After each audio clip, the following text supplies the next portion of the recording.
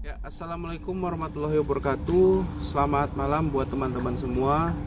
Turut berduka cita atas kejadian yang menimpa sebuah bus ya di Bantul tujuan Solo Yogyakarta, di mana 13 orang menjadi korban meninggal dunia karena suatu kecelakaan di jalan tanjakan ya teman-teman. Nah, jadi di sini kita berjumpa dengan Mbah Ilo ya.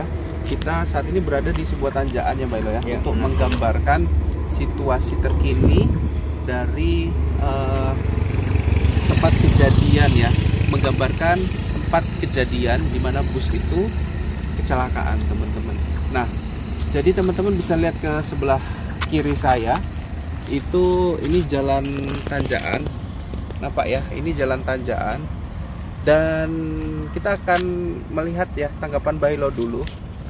Oke, kembali ke sini teman-teman. Kita lihat dari tanggapan Mbah Ilo. Nah, Mbah Ilo, ini Mbah Ilo sudah suruh saya bawa bunga, dan Mbah Ilo katanya mau menjelaskan sesuatu. Tadi Mbah Ilo sempat udah lihat-lihat kan Mbah Ilo, ada gambar-gambar di mana bus pariwisata atau bus yang membawa penumpang itu mengalami kecelakaan di tanjakan, jalan tanjakan. Nah, menurut Mbah Ilo dari kacamata spiritual, apa sih sebenarnya Mbah Ilo yang membuat terjadi kecelakaan itu? Ya, terutama mereka ini adalah sebenarnya mobil itu sudah ada tanda-tanda yang tidak baik. Oke, sebentar Mbak Ilo, saya potong lagi ya Mbak Ilo. Ya. Mungkin aku mau dengar ya, mungkin secara analisa dulu apa yang kejadian sebenarnya menurut pemberitaan. Baru kemudian nanti Mbak Ilo bisa jelaskan secara spiritual ya Mbak Ilo. Iya. Nah, yang Mbak Ilo ketahui nih dari media gitu, apa sih penyebabnya, kemudian secara spiritual sebenarnya apa yang Mbak Ilo lihat gitu. Silakan Mbak Ilo. Nah, kalau dari media yang saya ketahui adalah sebenarnya sopir dan kernet ini sudah mengetahui bahwasanya itu mobil dalam kondisi mungkin kurang baik ataupun tidak layak untuk, seharusnya yang ada yang mau diperbaiki seperti itu, tapi mereka melampaui saja seperti itu. Dengar cerita katanya tadi ada filter ya Mbak Ilo? Iya, ada filter gitu yang mungkin yang hendak diperbaiki atau minta diganti, tapi mereka lanjut. Seperti itu. Nah, Mbak Ilo, kemudian nih Mbak Ilo, dari kacamata spiritual Mbak Ilo, apa yang Mbak Ilo lihat penyebab lain daripada kejadian itu? Saya melihat sesuatu. Yaitu kameramen ke sana. Di area jalan tersebut, yaitu para penghuni situ meminta apa ya Mbak Ilo ya? Meminta, istilahnya bagaimana ya? Minta korban gitu. Oke, minta korban. Iya. Nah, Mbak Ilo tadi sempat cerita juga ada sosok penunggu di situ. Yang bukan dan yang berbentuk besar. Mbak Ilo bisa ceritakan sosok apa sebenarnya yang ada di situ Mbak? Dia di situ bangsa siluman seperti itu. Nah, begitu. Yang ianya dia situ hampir setiap tahunnya gitu. Meminta korban. Sosok apa Mbak Ilo? Siluman apa gitu? Dia ada bangsa macam dia bukan apa ya? Kalau saya bilang seperti bermacam-macam gitu wujudnya. Yang Mbak Ilo lihat tadi, kalau kan yang saya lihat itu seperti ada sosok tinggi besar dan bentuknya hitam, dan di situ macam ada kerajaan di situ. Kerajaan. Nah, mereka itu untuk mencari mangsa, mencari tumbal gitu, seperti itu yang saya lihat. Korban gitu. Yang mencari korban gitu. Dan Mbah Ilo tadi sempat bilang tiap tahun harus mereka itu seperti mencari korban gitu. Benar nggak itu Mbak Ilo? Iya. Nah, tinggal lagi kita yang melintas jalan itu kita harus waspada. Oke. Ya. Kemudian Mbak Hilo, tadi selain Mbak Hilo bilang itu ada sosok tinggi besar gitu,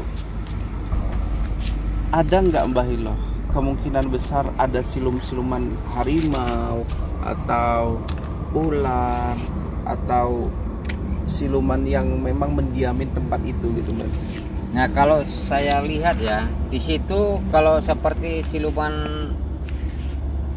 harimau tidak ada, tapi kalau siluman ular di situ ada. Oh gitu ya, Mbak? Ada. Itu sosoknya besar sekali. Mungkin kalau saya lihat tuh badannya segede batang kelapa lebih gitu. Oke, tinggalnya memang di kerajaan itu atau gimana? Iya, di daerah situ. Oke. Ada situ gerbang gaib situ dekat areal situ. Yaitu pas dekat tengkolan masuk ke dalam sedikit, itulah dia tempatnya situ. Oke. Memang kalau kita lihat Mbak Elo, jalan yang ada di Indonesia itu tidak terlepas dari mistis ya Mbak Elo ya. Iya, benar. Apalagi jalan itu dulunya sebuah hutan, kemudian berubah alih menjadi jalan besar. Nah, kita sebagai manusia ibaratnya kita nggak tahu Mbak Elo dulunya tempat itu tempat apa. Apakah memang sebuah kerajaan gaib kemudian sama kita dijadikan jalan besar, malah kita sebetulnya mengganggu mereka, bukan mereka sebetulnya mengganggu kita, kan gitu ya Mbak Elo ya. Oke, jadi Mbak Elo, untuk ini kejadiannya sudah dikabarkan sudah beberapa kali terjadi di daerah itu, cuman tidak dalam waktu yang dekat, tadi diberitakan di media. Artinya seperti yang Mbak Elo bilang tadi, mungkin setahun bisa sekali atau 2 tahun bisa sekali gitu ya. Tapi tempat kejadiannya persis di lokasi kejadian gitu Mbak Elo. Iya, tidak jauh dari seperti itu. Jadi kalau menurut Mbak Elo gitu, untuk menghindari di kemudian hari, mungkin dari sisi apa ya, spiritualnya dulu Mbak Elo, kegaibannya gitu, untuk menghindari itu gimana Mbak Elo? Ya, untuk menghindarinya ya. Sekarang begini, kita diciptakan oleh Yang Maha Kuasa dan makhluk halus dan makhluk kasar. Yang dimaksud makhluk kasar seperti kita ini ya, nampak wujudnya. Makhluk halus adalah sosok ciptaan Yang Maha Kuasa juga, cuman tidak terlihat. Sama-sama kita diciptakan. Nah, jadi kebanyakan manusia ini ya wewenang gitu. Yang arti kata mentang-mentang tidak nampak senonoh gitu, seenaknya saja lah, seenak udalnya gitu istilahnya. Padahal itu tidak nampak gitu. Nah, jadi kalau menurut saya ya, ya kita ini saling menghargai. Karena dia dan makhluk halus dan manusia ini hidupnya selalu berdampingan. Seperti itu. Saya ngerti apa yang Mbak Elo maksud. Cuman kan gini Mbak Elo, lokasi itu gimana kita caranya untuk menghargai makhluk yang tidak kasat mata seperti itu Mbak Elo? Apakah dengan mengklakson, kemudian apakah dengan memberikan sesajen atau bunga atau apa gitu? Yang jelas kita ngomong saja pun mungkin mereka itu sudah mendengar, walaupun jarak 100 km atau 1000 mil mereka ini dengar, bukan seperti kita. Nah, contoh gini Mas, saya kasih contoh dulu. Kita mau melintas ini ya, jalan ini serem, di sana angker, sering kejadian-kejadian. Kita di sini mohon pamit ya. Berarti kita harus mengetahui dulu dong Mbak Elo kalau bahwasanya itu tempat sering kejadian. Ya, walaupun tidak, yang jelas kalau lokasi sepi seperti ini, dari jauh mungkin kita udah dari bisa jauh izin, sebelum masuk ini ya kita bilang aja, wahai penghuni-penghuni sini, jangan ganggu, permisi, aku mau lewat. Ya, mudah-mudahan mereka ini saling mengerti seperti itu. Nah, karena kita menghargai dia pun menghargai kita seperti itu.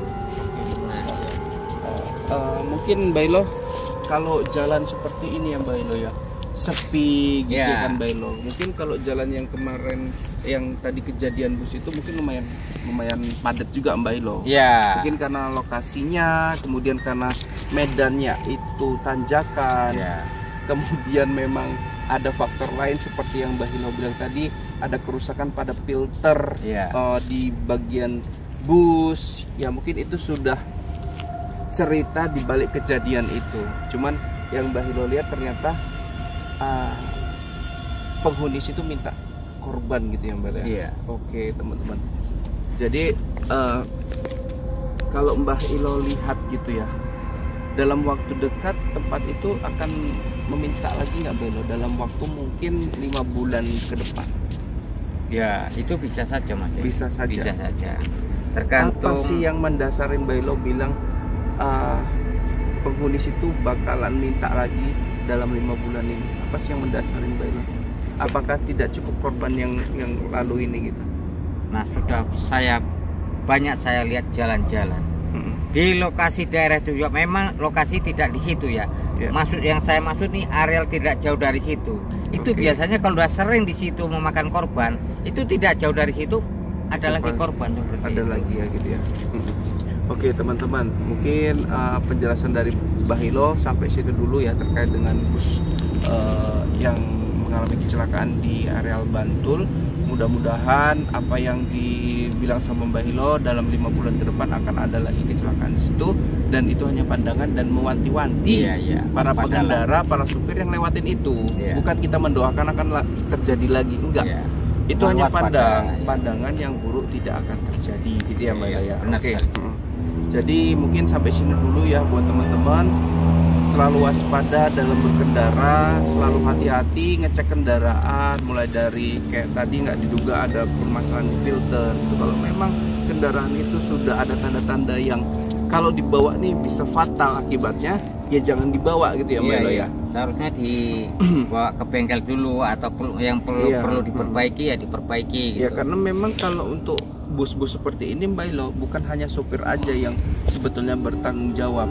Pihak pemilik bus itu atau perusahaan juga seharusnya mementingkan itu semua gitu, karena memang yang dibawa sama mobil-mobil besar ini, bus-bus besar ini adalah keselamatan orang banyak Mbak Elo. Bukan hanya yang di dalam bus tetapi juga yang di luar bus kan gitu. Oke, kita izin pamit dulu Mbak Elo. Akhir kata kami ucapkan wabillahi taufiq wal hidayah. Assalamualaikum warahmatullahi wabarakatuh.